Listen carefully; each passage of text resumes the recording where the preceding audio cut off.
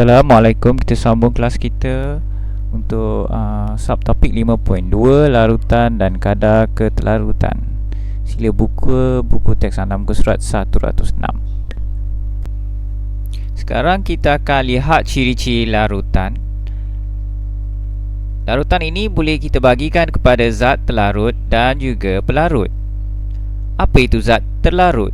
Zat telarut adalah bahan yang boleh larut dalam cecair, manakala pelarut adalah cecair yang boleh melarutkan bahan ataupun yang melarutkan zat telarut.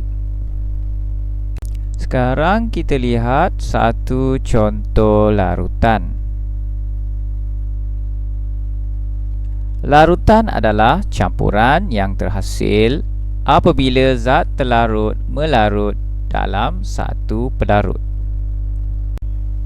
Kita lihat gambar ini pula. Ini adalah gambar ampaian. Apakah itu ampaian?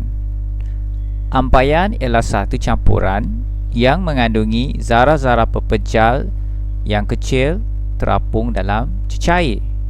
Atau lebih mudah, kita lihat zat terlarut tidak melarut di dalam pelarut. Di sini kita boleh lihat larutan boleh kita bahagikan kepada tiga, iaitu larutan cair, larutan pekat dan larutan tepu. Larutan ini kita boleh jelaskan mengikut kuantiti zat telarut. Bagi larutan cair, zat telarutnya adalah sedikit, manakala larutan pekat zat telarutnya banyak.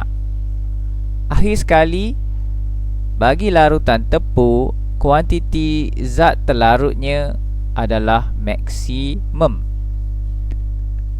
Ciri kedua untuk larutan, kita lihat kebolehan melarut zat telarut. Larutan cair masih boleh melarut banyak zat telarut, manakala larutan pekat boleh melarut sedikit zat telarut, dan larutan tepu tidak boleh melarut lagi zat telarut. Jika ditambah lagi zat telarut, larutan tepu tidak boleh melarut lagi zat telarut kerana zat telarut yang telah melarut telah pun maksimum. Ini adalah satu contoh larutan tepu.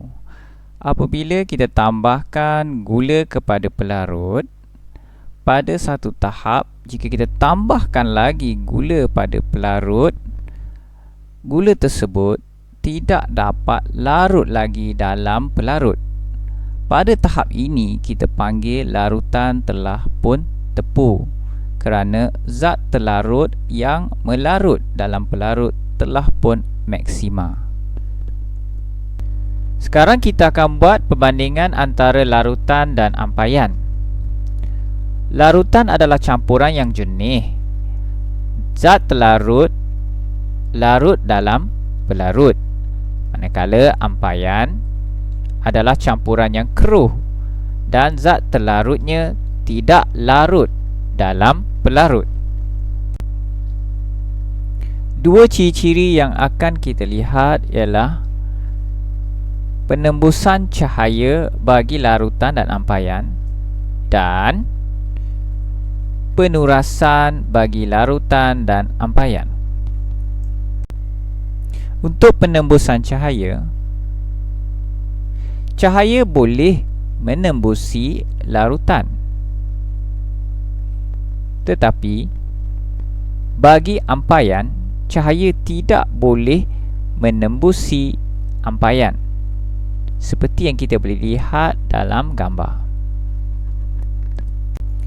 Ini pula kita dapat lihat alat radar untuk proses penurasan. Di sini kita akan turas larutan dan juga ampaian. Kita akan menggunakan kertas turas yang dilipat ke dalam corong turas. Okey, bagi larutan, apabila dituangkan larutan dalam kertas turas untuk penurasan, hasilnya sama, tiada perubahan, kerana zat terlarut telah larut dalam larutan. Tetapi bagi ampaian, apabila kita turas ampaian, hasilnya kita akan dapat larutan yang lebih jernih, kerana zat terlarut dalam ampaian tidak larut dalam pelarut dan hasil turasannya boleh dituras. Okey, sekarang kita lihat hasil turasan larutan. Pada kertas turas, kita dapati tiada sisa yang terkumpul.